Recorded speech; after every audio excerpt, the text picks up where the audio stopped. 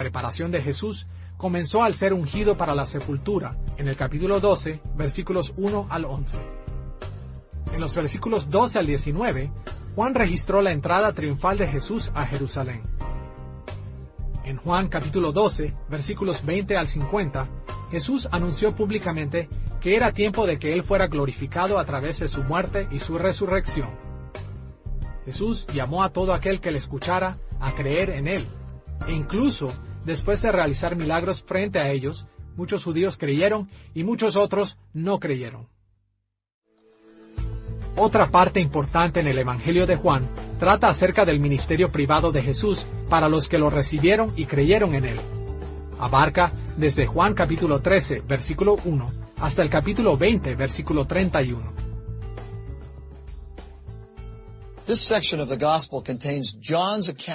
Esta sección del Evangelio contiene los relatos de Juan sobre la última cena de Jesús con sus discípulos, su arresto, crucifixión y resurrección.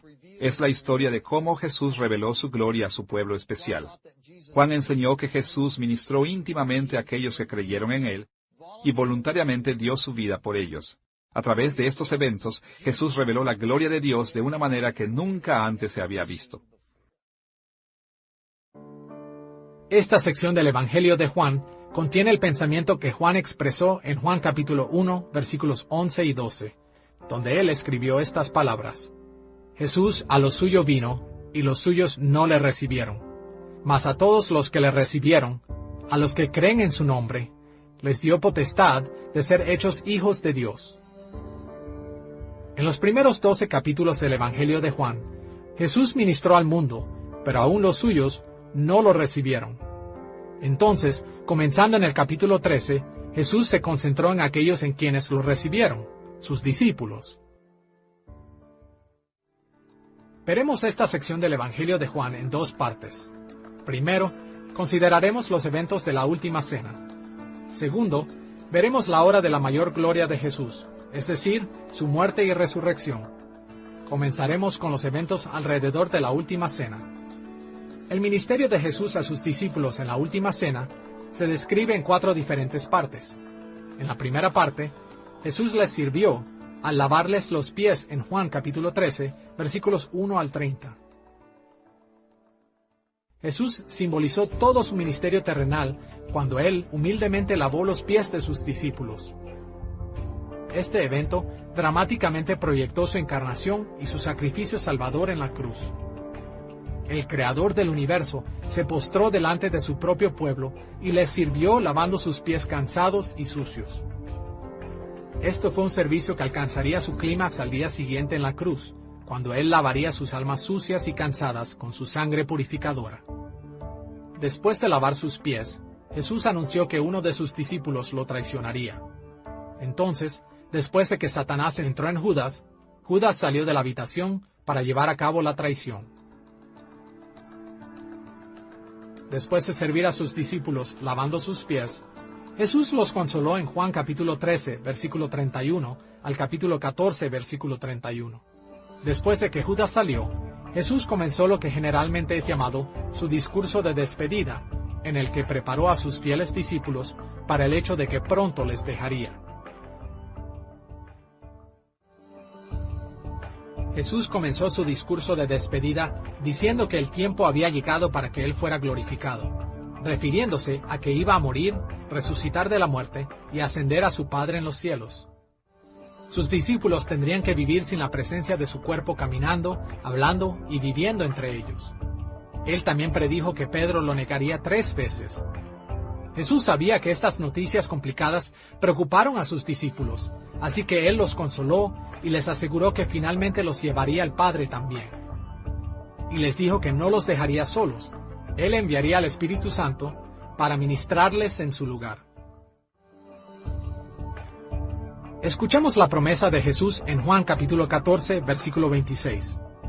Mas el Consolador, el Espíritu Santo, a quien el Padre enviará en mi nombre, Él os enseñará todas las cosas, y os recordará todo lo que yo os he dicho. Jesús prometió que sus discípulos nunca estarían solos, serían llevados a juicio y perseguidos por el mundo, pero nunca necesitarían defender solos el nombre de Jesús y el de ellos mismos.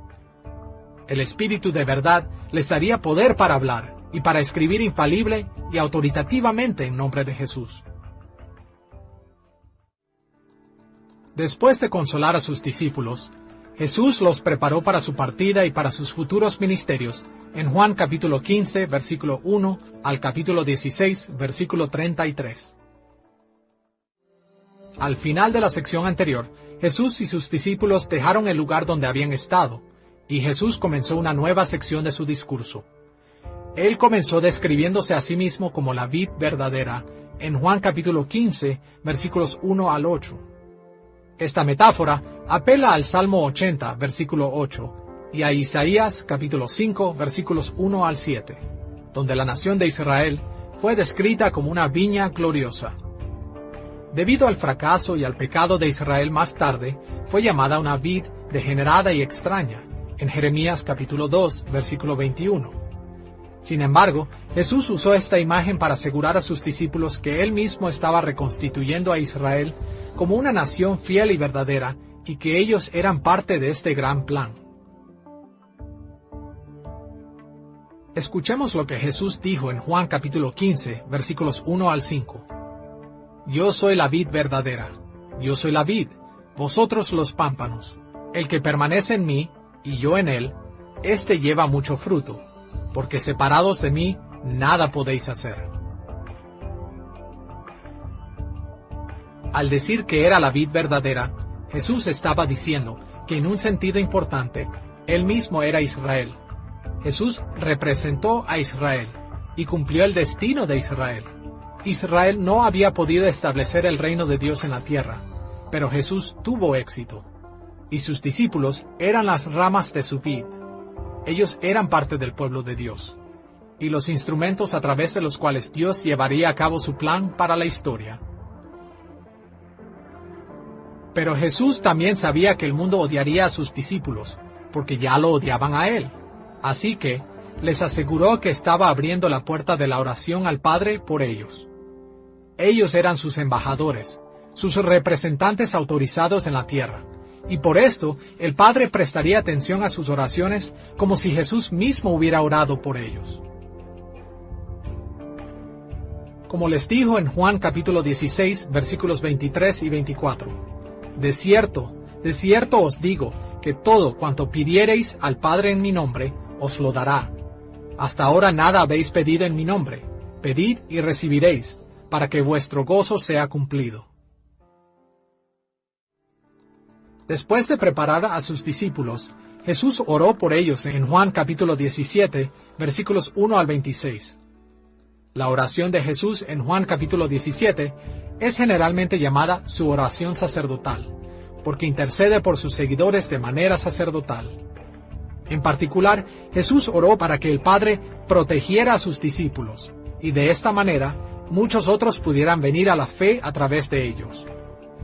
Él oró para que ellos y sus propios discípulos fueran protegidos de las fuerzas del mundo, que su unidad los fortaleciera y que sus vidas glorificaran a Dios.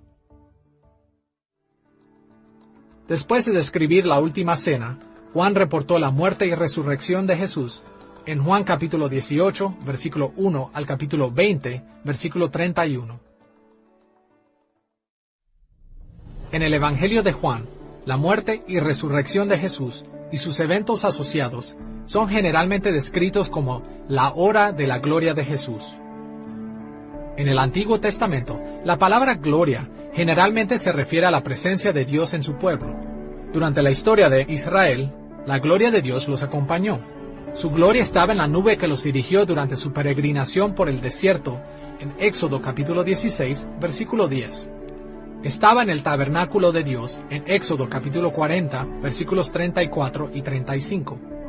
Y la gloria de Dios habitaba en el templo de Salomón, en Primera de Reyes, capítulo 8, versículo 11. De acuerdo a esta definición, cuando el Evangelio de Juan usa la palabra gloria, se refiere a Jesús como Dios encarnado que habita entre su pueblo. Pero cuando Jesús se refiere a la hora de su gloria, Él usualmente se refiere al momento particular en su vida en el que su gloria sería demostrada al mundo de la manera más profunda posible. En otras palabras, se estaba refiriendo a su muerte y resurrección. We don't normally think of death as glorious. But Normalmente no pensamos de la muerte como gloriosa, pero la muerte y resurrección de Jesús compraron la reconciliación del pueblo de Dios. Su sacrificio voluntario y su resurrección trajeron salvación y vida a todo aquel que creyó en Él y le recibió como Mesías. Esto reveló el amor y el poder de Dios para nosotros de maneras que de lo contrario nunca nos hubiéramos dado cuenta. Fueron trágicas, pero hermosas, y trajeron inmenso honor y alabanza a Dios. En definitiva, fueron los eventos más gloriosos que han sucedido en la historia de la humanidad. El relato de la muerte y resurrección de Jesús se divide en tres grandes partes, comenzando con el arresto y juicio de Jesús en el capítulo 18, versículo 1, al capítulo 19, versículo 16. Primero leemos del arresto de Jesús en el capítulo 18, versículos 1 al 11. Después que Judas traicionó a Jesús, entregándolo a las autoridades, soldados y oficiales de parte de los sumos sacerdotes y los fariseos vinieron y arrestaron a Jesús. En el capítulo 18, versículos 12 al 27, Jesús fue traído a Caifás, el sumo sacerdote, para ser cuestionado. Durante este tiempo, Pedro negó a Jesús 3 veces, justo como Jesús lo había profetizado. Enseguida, Jesús fue llevado ante el gobernador romano Pilato en el capítulo 18, versículo 28, al capítulo 19, versículo 16. Pilato concluyó que Jesús era inocente, pero no lo liberó por temor a los judíos. Sin embargo, el verdadero poder detrás del arresto y juicio de Jesús era Dios mismo. Ni Pilato ni Caifás estaban realmente en control. Cada cosa que pasó fue de acuerdo al plan de Dios. Como leemos en Juan capítulo 19, versículos 10 y 11, entonces le dijo Pilato, ¿a mí no me hablas? ¿No sabes que tengo autoridad para crucificarte y que tengo autoridad para soltarte? Respondió Jesús, ninguna autoridad tendrías contra mí si no te fuese dada de arriba. La segunda parte importante del relato de Juan sobre la muerte y resurrección de Jesús es la crucifixión en Juan capítulo 19, versículos 16 al 37. En el relato de la muerte de Jesús, Juan explica cómo los eventos particulares de la crucifixión cumplieron con varias expectativas sobre el Mesías escritas en el Antiguo Testamento. Estos datos demuestran que Jesús no fue tomado por sorpresa. Cada cosa tomó su lugar de acuerdo al plan de Dios. Durante su arresto, juicio y crucifixión, Jesús mantuvo silenciosamente su dignidad erguida. El Hijo de Dios dio su vida por su pueblo, y haciendo eso, reveló la gloria de Dios de una manera que nunca antes se había revelado. ¿Hasta dónde llegaría Dios para liberar a su pueblo? Por todo el camino hasta la cruz. Tercero, el reporte de la muerte y resurrección de Jesús termina con la resurrección en Juan capítulo 20, versículos 1 al 31. De acuerdo a Juan capítulo 20, versículos 1 al 9, la tumba de Jesús fue un hecho histórico. María, Pedro y el mismo Juan vieron que Jesús no estaba ahí. En el capítulo 20, versículos 10 al 31, Jesús se apareció a María Magdalena, los discípulos y a Tomás. Estos reportes indican que los seguidores de Jesús eran algo escépticos y no eran fácilmente engañados. En particular, Tomás no había estado presente la primera vez que Jesús apareció a sus discípulos. Y Tomás era escéptico. Él quería evidencias. Él no iba a creer la historia tan perturbada de una resurrección. Y su confesión en el versículo 28 es el clímax de la narración de Juan, donde Tomás reconoce a Jesús con las palabras, mi Señor y mi Dios. La última parte del Evangelio es la conclusión a su relato de la vida y ministerio terrenal de Jesús, registrado en Juan capítulo 21, versículos 1 al 25.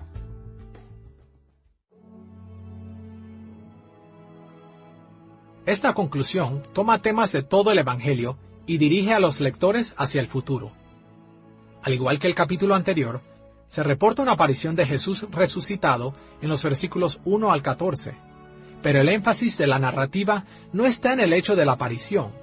En ambos versículos, el 1 y el 14, Juan habló de esta aparición como una revelación, usando la misma palabra que en el capítulo 2, versículo 11, cuando él dijo que Jesús manifestó su gloria.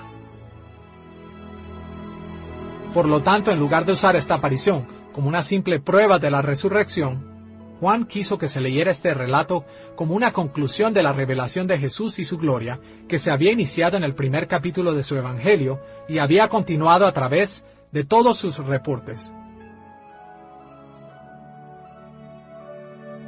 Más aún, la conclusión también confirma la autoridad de los apóstoles y otros discípulos para dar testimonio de Jesús, a pesar de que el destacado apóstol Pedro lo negó 3 veces.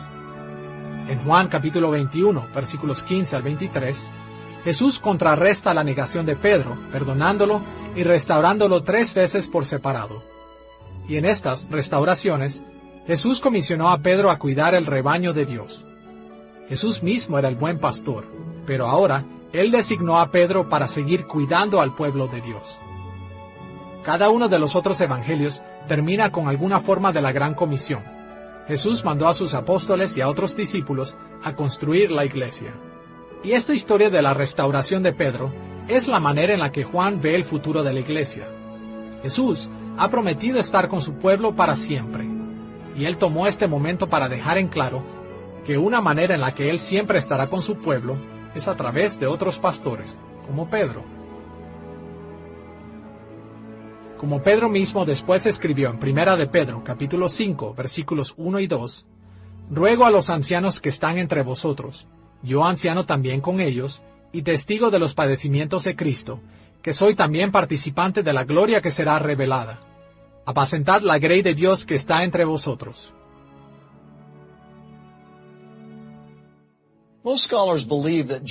La mayoría de los estudiosos creen que el Evangelio de Juan fue escrito cuando los últimos apóstoles estaban muriendo. Juan incluso pudo haber sido el último apóstol vivo en ese momento. Así que, este hecho hizo que fuera más importante para el pueblo de Dios el oír que Jesús estaba todavía presente a través de los pastores de su rebaño. Finalmente no fue Pedro o ningún otro apóstol quien dirigió la iglesia. Era Jesús mientras ellos lo seguían. Ellos sirvieron solo como sus embajadores y ayudantes. Y Jesús prometió regresar por su pueblo, corporal y permanentemente, para dirigirlos en el futuro. Ahora que hemos visto tanto el trasfondo como la estructura y contenido del Evangelio de Juan, estamos listos para considerar algunos de los temas principales que Juan enfatizó. Juan enlista varios temas importantes en su declaración de propósito en Juan capítulo 20, versículos 30 y 31, donde leemos estas palabras. Hizo además Jesús muchas otras señales en presencia de sus discípulos, las cuales no están escritas en este libro, pero éstas se han escrito para que creáis que Jesús es el Cristo, el Hijo de Dios, y para que creyendo tengáis vida en su nombre. En esta parte de nuestra lección, nos enfocaremos en 4 temas relacionados que provienen de la declaración que Juan nos dio: el hecho de creer, la identidad de Jesús como el Cristo, su identidad paralela como el Hijo de Dios, y la bendición de vida que Él ofrece. Comencemos con el énfasis de Juan en el hecho de creer. Juan usó la palabra griega pistiuo, que significa creer, 106 veces. Los otros 3 evangelios juntos usan esta palabra 34 veces. Solo 1/3 del total de veces que Juan la usó.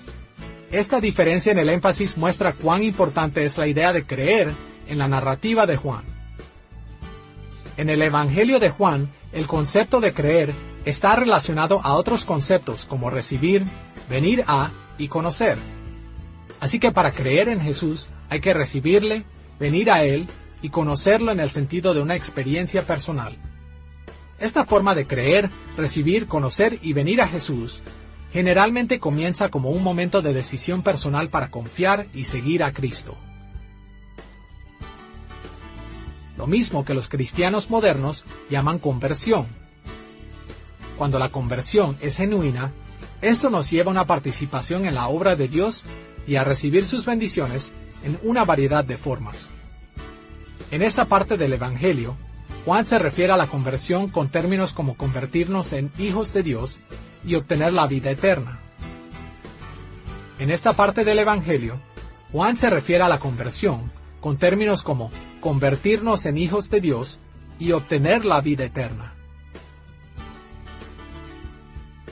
Escuchemos la descripción que hace Juan del significado de creer en Juan capítulo 1, versículo 12.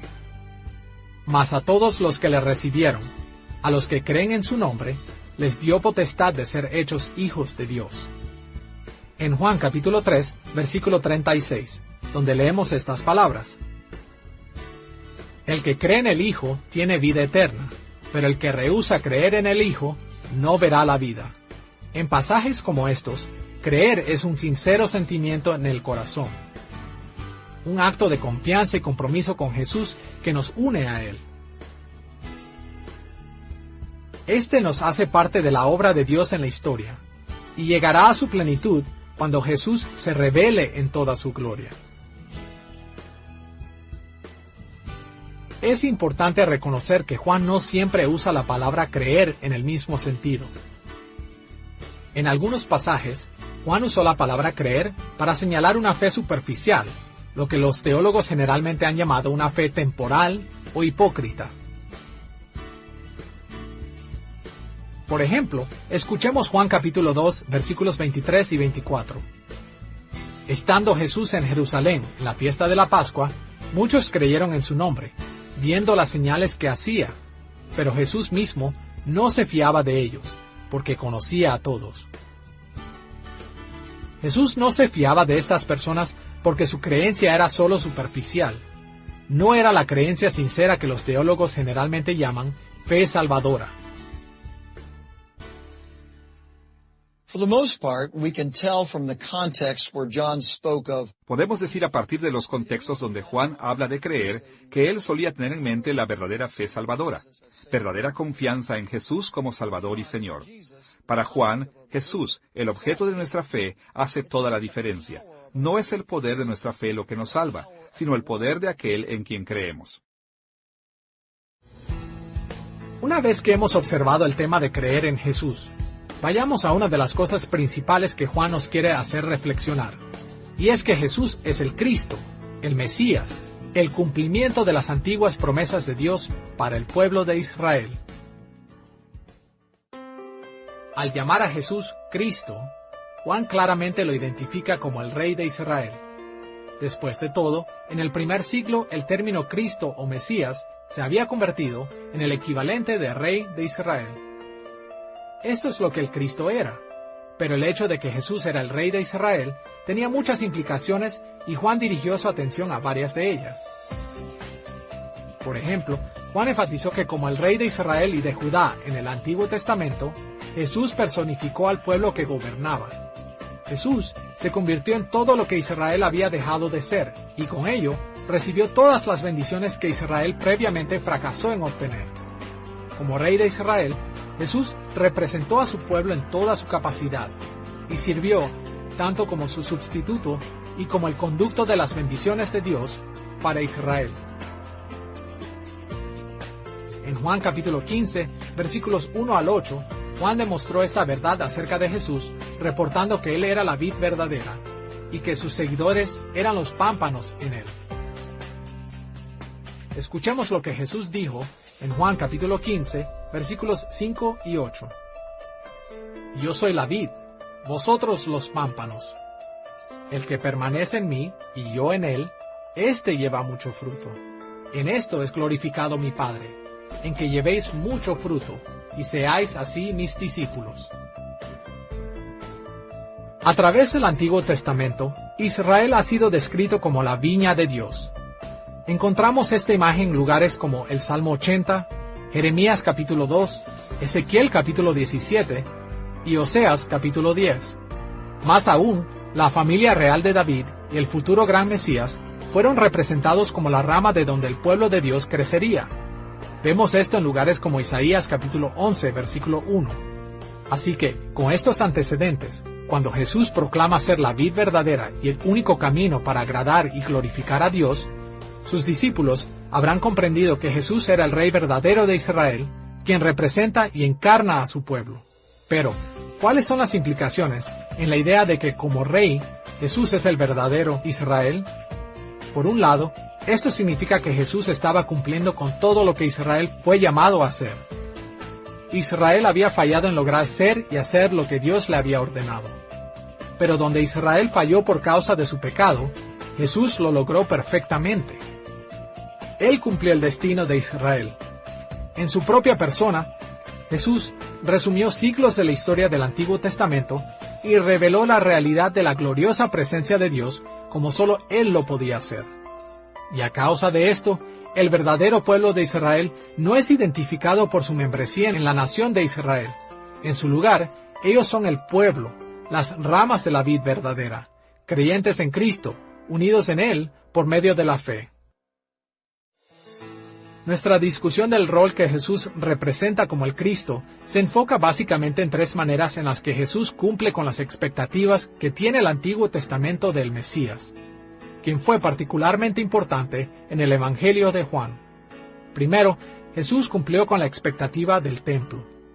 Segundo, cumplió las expectativas creadas por las fiestas de Israel. Y tercero, cumplió con la ley de Dios. Veremos cada una de estas ideas, comenzando con la manera en la que Jesús cumplió con la expectativa del templo. Una de las razones por las que el templo era importante en las Escrituras es que este era el lugar donde Dios había prometido estar presente con su pueblo de manera especial. Por supuesto, sabemos que Dios es omnipresente. Él está en todas partes en todo tiempo. Pero cuando hablamos acerca de la especial presencia de Dios, tenemos en mente las manifestaciones de su presencia, los momentos en los que Dios concentra su presencia en lugares particulares, usualmente de una manera en la que Él era visualmente glorioso. El tema de la presencia especial de Dios entre su pueblo se cumple en muchas etapas en la historia bíblica. Al principio, el jardín de Edén fue el lugar santificado en la tierra, donde la presencia central y especial de Dios podía ser encontrada, sirviendo como la sala del trono en la tierra, de donde la humanidad santificaría toda la tierra, convirtiendo al mundo entero en el reino santo de Dios. Después, cuando Dios estableció a Israel como su sacerdote real, primero relacionó su presencia especial con el tabernáculo y después con el templo. La decoración y mobiliario, tanto del tabernáculo como del templo, fueron diseñados siguiendo el modelo del jardín del Edén, y ambos hacían la función del jardín. Las Escrituras confirman esta conexión, señalando que el tabernáculo y el templo eran la sala del trono real de Dios en la tierra, los lugares en donde Dios habitaba gloriosamente en medio de su pueblo. Este hecho se expresa claramente en lugares como Primera de Crónicas capítulo 28, versículo 2, Salmo capítulo 11, versículo 4, e Isaías capítulo 6, versículo 1. Estos fueron los lugares más sagrados en la tierra, en donde las bendiciones de Dios podían ser directamente obtenidas por su pueblo. Y de la misma manera que el jardín del Edén, eran el centro de su reino, donde su pueblo santificaba la tierra como su reino. De acuerdo con el Evangelio de Juan, una manera fundamental para entender la importancia de Jesús es considerar que Él cumple con lo establecido en el Antiguo Testamento acerca del tabernáculo y del templo de Dios. Escuchemos lo que Juan escribió en Juan capítulo 1, versículo 14. Y aquel Verbo Jesús fue hecho carne, y habitó entre nosotros, y vimos su gloria, gloria como del unigénito del Padre, lleno de gracia y de verdad. Cuando Juan dijo que Jesús habitó entre nosotros, usó el verbo griego skenao, relacionado con el sustantivo skene, que significa tienda o tabernáculo. De hecho, este mismo sustantivo es usado para referirse al tabernáculo sagrado de Dios en la Septuaginta, la traducción griega del Antiguo Testamento. Mediante el uso de este verbo y asociándolo con la gloria de la presencia de Dios, Juan deja claro que Jesús ahora proveía el mismo acceso a la presencia especial de Dios que la que había sido previamente disponible en el tabernáculo. Y Juan hizo el mismo señalamiento sobre el templo, en Juan capítulo 2, versículos 19 al 21, donde leemos este relato. Respondió Jesús y les dijo: Destruid este templo, y en 3 días lo levantaré. Dijeron luego los judíos: En 46 años fue edificado este templo, ¿y tú en 3 días lo levantarás? Mas él hablaba del templo de su cuerpo. Aquí Juan dejó claro que Jesús estaba cumpliendo con el templo también. Juan también explicó claramente que aún después de que Jesús no estuviera físicamente presente en la tierra, sus seguidores disfrutarían de la presencia especial de Dios. Esto es porque en Juan capítulo 4, versículo 21, Jesús le dijo a la mujer samaritana que venía el día cuando ni el templo de Jerusalén ni el santo lugar de Samaria tendrían especial prioridad en la adoración a Dios. Como Jesús dijo en Juan capítulo 4, versículos 23 y 24, «Mas la hora viene, y ahora es, cuando los verdaderos adoradores adorarán al Padre en espíritu y en verdad. Dios es espíritu, y los que le adoran en espíritu y en verdad es necesario que adoren». Las palabras de Jesús a la mujer samaritana deberían ser una gran motivación para la iglesia moderna, porque vivimos en el tiempo del que Jesús estaba hablando. En nuestros días, Jesús no está presente físicamente en la tierra. De acuerdo a Hebreos capítulo 8, versículo 2 y capítulo 9, versículos 11 y 12, Él reside físicamente en el tabernáculo de Dios en el cielo. Pero está presente con nosotros espiritualmente, especialmente cuando nos reunimos en la iglesia. Vemos esto en lugares como Mateo capítulo 18, versículo 20, y Primera de Pedro capítulo 2, versículos 4 al 9. Y porque Jesús está presente con nosotros, ahora somos el templo sagrado de la presencia especial de Dios en la tierra. Pero aún este maravilloso cumplimiento del templo en Cristo será sobrepasado cuando Jesús regrese en gloria. Pasajes como Apocalipsis capítulo 21, versículos 1 al 5, enseñan que cuando Cristo regrese, Él transformará a la creación entera en la morada de Dios. En ese tiempo, Cristo y el Padre siempre estarán presentes con nosotros, y la tierra entera será llena de la gloria de Dios. Una segunda manera en la que Jesús cumplió con las expectativas mesiánicas del Antiguo Testamento en el Evangelio de Juan fue cumpliendo con el significado de las fiestas de Israel. Como mencionamos anteriormente, gran parte del Evangelio de Juan puede describirse en torno a varias fiestas que Jesús atendió. Entre estas fiestas hubo varias celebraciones de Pascua, tabernáculos y dedicación. Dios estableció estas fiestas para identificar a Israel como su real sacerdocio y para darles maneras regulares de disfrutar las bendiciones de su presencia especial en el tabernáculo y el templo. Y en su Evangelio, Juan dejó claro que Jesús cumplió con el significado de estas fiestas. La fiesta de la Pascua era una de las 3 fiestas principales de Israel celebradas anualmente.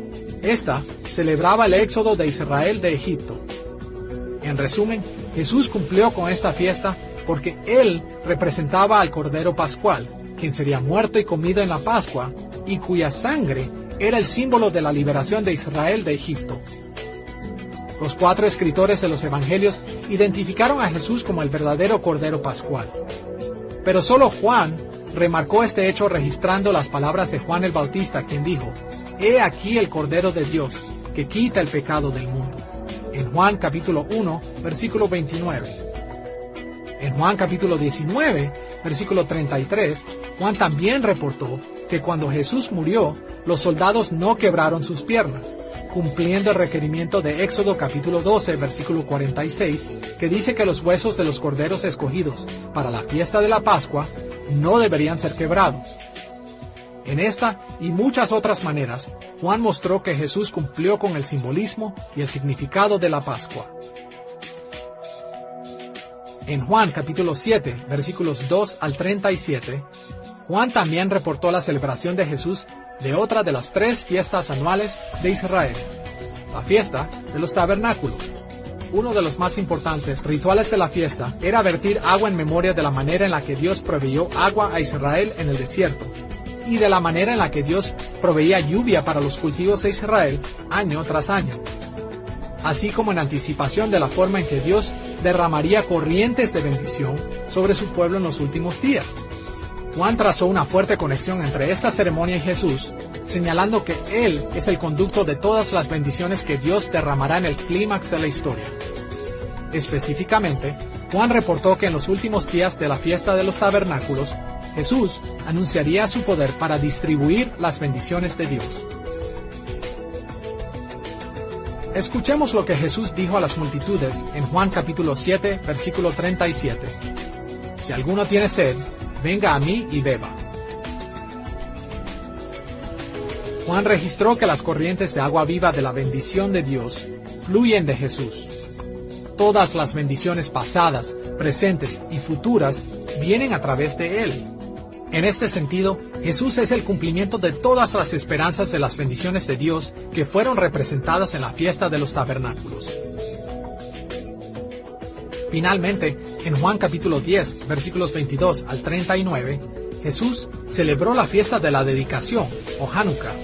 La fiesta de la dedicación no era una de las fiestas principales establecidas en el Antiguo Testamento, pero era importante para la vida de Israel en el primer siglo, porque celebraba la victoria de Israel sobre sus opositores griegos en el año 165 a.C., así como la rededicación del altar y del templo, que tomó lugar después de esta victoria.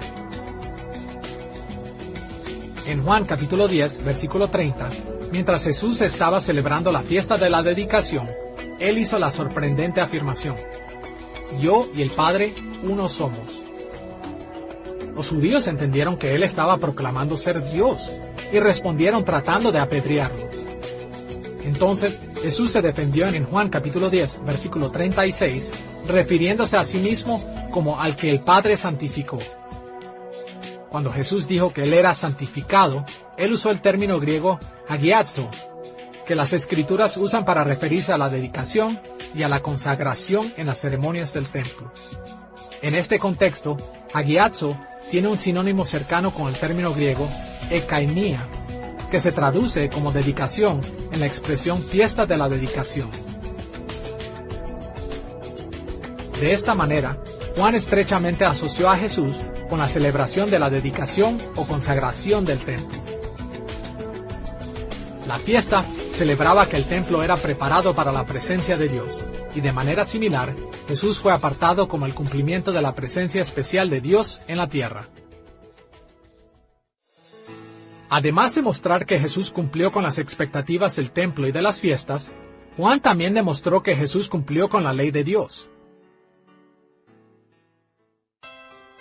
Aunque los cristianos estamos a menudo acostumbrados a pensar en la ley de Dios de manera negativa, como algo que nos condena, también necesitamos recordar que la ley fue dada para los verdaderos creyentes como una guía hacia las bendiciones de Dios. En el Antiguo Testamento, la ley de Dios era presentada como un regalo especial para su pueblo. El Salmo 119 y muchos otros pasajes celebran la ley como la guía de bendiciones de Dios para Israel. Y en el Nuevo Testamento, Santiago llama a la ley de Dios la perfecta ley que da libertad, en Santiago capítulo 1, versículo 25. Y Pablo la llama la ley de Cristo, en 1 Corintios capítulo 9, versículo 21. Y Jesús mismo afirmó la importancia y el valor de la ley en Juan capítulo 10, versículo 35, cuando dijo: «La Escritura no puede ser quebrantada». Aquí, Jesús enseñó que todo el Antiguo Testamento, incluyendo la ley, es la perpetua y permanente palabra de Dios para su pueblo. A pesar de eso, Juan dejó claro que la ley no era un fin en sí mismo. En un sentido importante, esta siempre apunta más allá de sí misma, apunta a Jesús. En Juan capítulo 5, versículos 46 y 47, Jesús les dijo a los judíos incrédulos: «Porque si creyeseis a Moisés, me creeríais a mí, porque de mí escribió él. Pero si no creéis a sus escritos, ¿cómo creeréis a mis palabras?». Juan enfatizó este punto a través de su evangelio. La ley del Antiguo Testamento apuntó hacia Jesús, así que rechazar a Jesús era también rechazar la ley que lo había anunciado. Una de las maneras en las que Juan enfatizó esto fue atribuyéndole a Jesús títulos, características y acciones que el judaísmo ya le había dado a la ley. Por ejemplo, el judaísmo había dicho, debes alimentar a tu enemigo hambriento con el pan del Torá. Y en Juan capítulo 6, versículo 35, Jesús es llamado el pan de vida. El judaísmo había dicho que las palabras del Torá son vida para el mundo. Y en Juan capítulo 4, versículo 11, Jesús es el dador del agua viva. El judaísmo también habló de la luz de la ley que fue dada para alumbrar a cada hombre. Y Juan capítulo 1, versículo 9, llama a Jesús la luz verdadera que alumbra a todo hombre. Estos son solo unos pocos de los muchos ejemplos en el Evangelio de Juan que muestran que Jesús encarnó la ley de Dios. Jesús y sus enseñanzas continúan siendo la fuente de vida y la luz para todo aquel que lo siga. Ahora que hemos visto los temas principales de creer en Jesús y la identidad de Jesús como el Cristo, debemos considerar su identidad paralela como el Hijo de Dios. La identidad de Jesús como el Hijo de Dios es paralela a su identidad como el Cristo, porque ambos términos se refieren al hecho de que Él es el Rey del reino de Dios en la tierra. Pero vale la pena discutir estos temas separadamente, porque cada uno tiene diferentes matices. En el Evangelio de Juan, el término Hijo de Dios se refiere a el divino Rey mesiánico. Por un lado, este se refiere al concepto del Hijo Divino, quien bajó del cielo a la tierra, como en Juan capítulo 10, versículos 22 al 40. Por otro lado, puede ser sinónimo del Rey de Israel o Cristo, el descendiente humano de David, quien era el justo Rey de Israel, como lo vemos en Juan capítulo 1, versículo 49, al capítulo 11, versículo 27. Para tener un mejor entendimiento de qué significa para Jesús ser el Hijo de Dios en el Evangelio de Juan, nos ayudará a ver cómo Juan destacó el gran misterio de que Jesús es totalmente divino y totalmente humano. Veamos primero la idea de que Jesús es totalmente divino. Una manera en la que Juan proyectó la divinidad del Hijo fue a través de la relación entre Jesús el Hijo y Dios el Padre. Hay muchos pasajes que demuestran que esta relación es cualitativamente diferente a las relaciones que el Padre tiene con sus hijos humanos, como los creyentes. Escuchemos este intercambio entre Jesús y los judíos en Juan capítulo 10, versículos 30 al 33. Jesús dijo, «Yo y el Padre uno somos». Entonces los judíos volvieron a tomar piedras para apedrearle. Jesús les respondió, «Muchas buenas obras os he mostrado de mi Padre. ¿Por cuál de ellas me apedreáis?» Le respondieron los judíos diciendo, «Por buena obra no te apedreamos, sino por la blasfemia, porque tú, siendo hombre, te haces Dios». Los judíos directamente entendieron que Jesús proclamaba una unidad en su relación con Dios el Padre. De hecho, proclamaba que Jesús realmente era Dios. Por otra parte, de acuerdo a Juan capítulo 14, versículo 9, Jesús es el único Hijo de Dios que reveló el Padre como ningún otro podría hacerlo. Aunque en el capítulo 1, versículo 18, no se usa la palabra Hijo, la enseñanza es exactamente la misma. Jesús reveló perfectamente a su Padre al pueblo. De hecho, de acuerdo a Jesús, en Juan capítulo 14, versículo 9, ver a Jesús es ver al Padre. Y más allá de estos asuntos de revelación, Jesús también posee total autoridad divina sobre cosas como la vida y la muerte y el juicio final. Como leemos en Juan capítulo 5, versículos 21 y 22, porque como el Padre levanta a los muertos y les da vida, así también el Hijo a los que quiere da vida. Porque el Padre a nadie juzga, sino que todo el juicio dio al Hijo. Juan dejó claro que Jesús era Dios encarnado. Él era Dios mismo, con ilimitada autoridad para llevar a cabo la obra de Dios en la tierra. Otra forma en la que Juan proyectó la divinidad o deidad del Hijo fue a través de la descripción de Jesús como el Yo Soy. En Éxodo capítulo 3, versículo 14, Dios reveló su nombre de pacto a Moisés diciendo, Yo soy el que soy. Esto fue la base del divino nombre que generalmente ha sido representado en español como el Señor. Se pensaba que el nombre de Dios era tan santo que los judíos de los días de Jesús rehusaban pronunciarlo. pero Jesús lo aplicó a sí mismo. En Juan capítulo 8, versículos 12 al 59, Jesús y los líderes judíos estaban involucrados en una confrontación explosiva.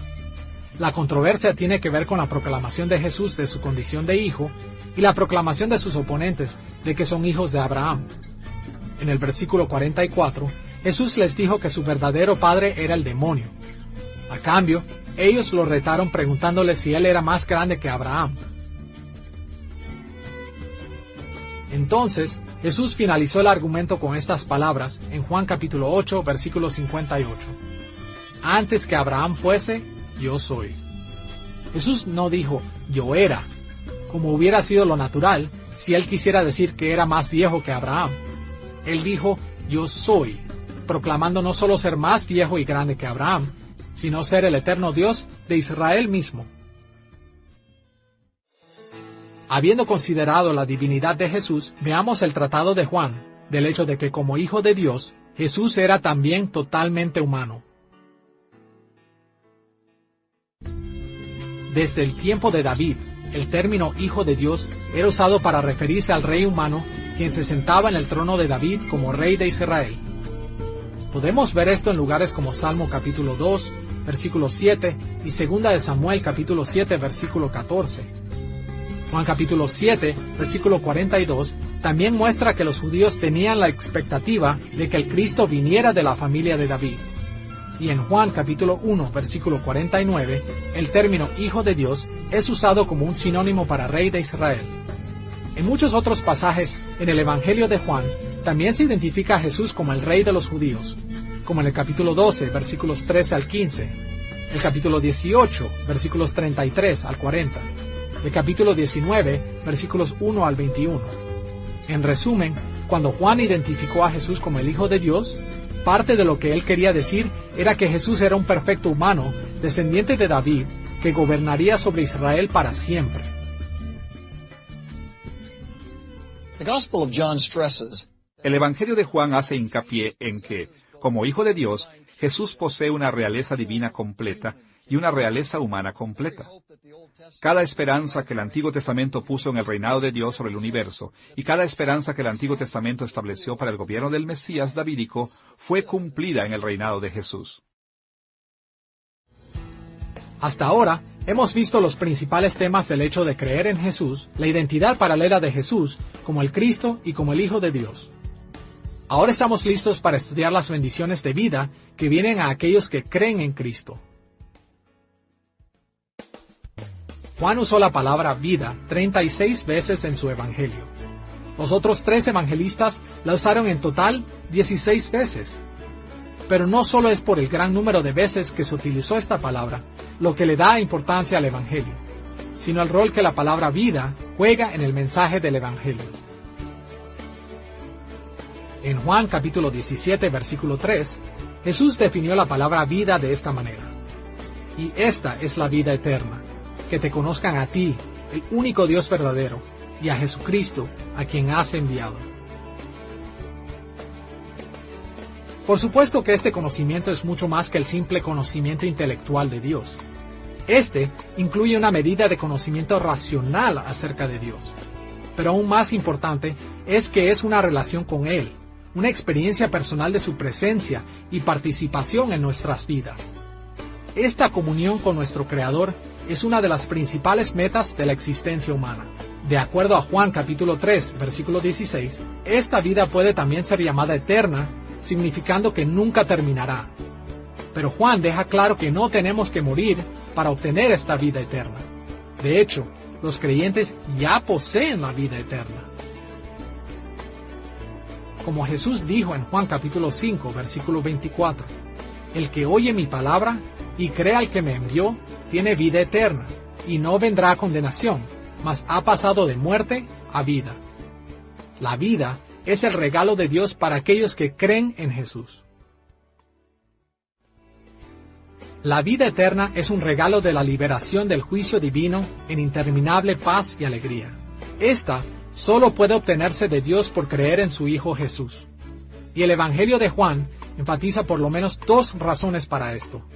Primero, Jesús es el creador y proveedor de la vida, como leemos en lugares como Juan capítulo 1, versículos 1 al 5, capítulo 5, versículo 26, capítulo 11, versículo 25, y capítulo 14, versículo 6. Y por lo tanto, Jesús tiene el derecho a conceder la vida a aquellos a los que Él desee. De hecho, Jesús hizo esto explícitamente en Juan capítulo 5, versículo 21. La segunda razón nos enseña que la vida eterna solo puede ser obtenida a través de Jesús. Solo Jesús posee las palabras de vida, que son el mensaje del Evangelio que dirige a la gente a un conocimiento salvador de Dios. Jesús explicó esto en lugares como Juan capítulo 6, versículos 63, y el capítulo 12, versículos 49 y 50. Y Pedro lo confirmó en Juan capítulo 6, versículo 68. Jesús es el unigénito, o como Él es llamado en Juan capítulo 1, versículo 18, el unigénito Hijo. Nadie más ha revelado al Padre Celestial como Jesús lo hizo, porque nadie más vino del Padre como Jesús lo hizo. El rol único de Jesús como el revelador de Dios se basa en su identidad como el unigénito de Dios, quien vino a mostrarnos al Padre y darnos vida eterna.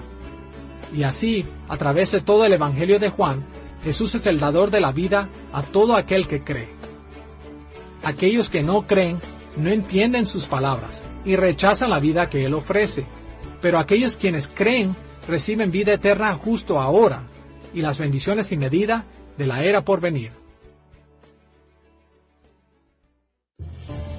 En esta lección exploramos el trasfondo del Evangelio según San Juan, en términos de su autor y ocasión para escribir.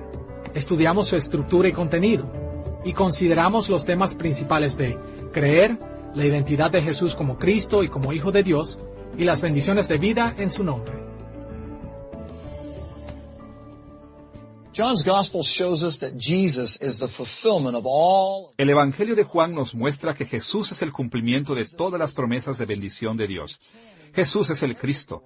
Él puede y mantendrá cada gloriosa promesa que Dios ha hecho porque Jesús es el Hijo Salvador de Dios. Y esas promesas y salvación incluyen el maravilloso regalo de la vida eterna. Si nos aferramos a estas esperanzas al leer el Evangelio de Juan, estaremos mejor preparados para entenderlas y para aplicarlas a nuestras vidas. Y si las mantenemos en nuestros corazones al vivir, estaremos mejor preparados para glorificar a Dios y disfrutar la vida eterna que Él nos ha dado a través de su Hijo Jesús.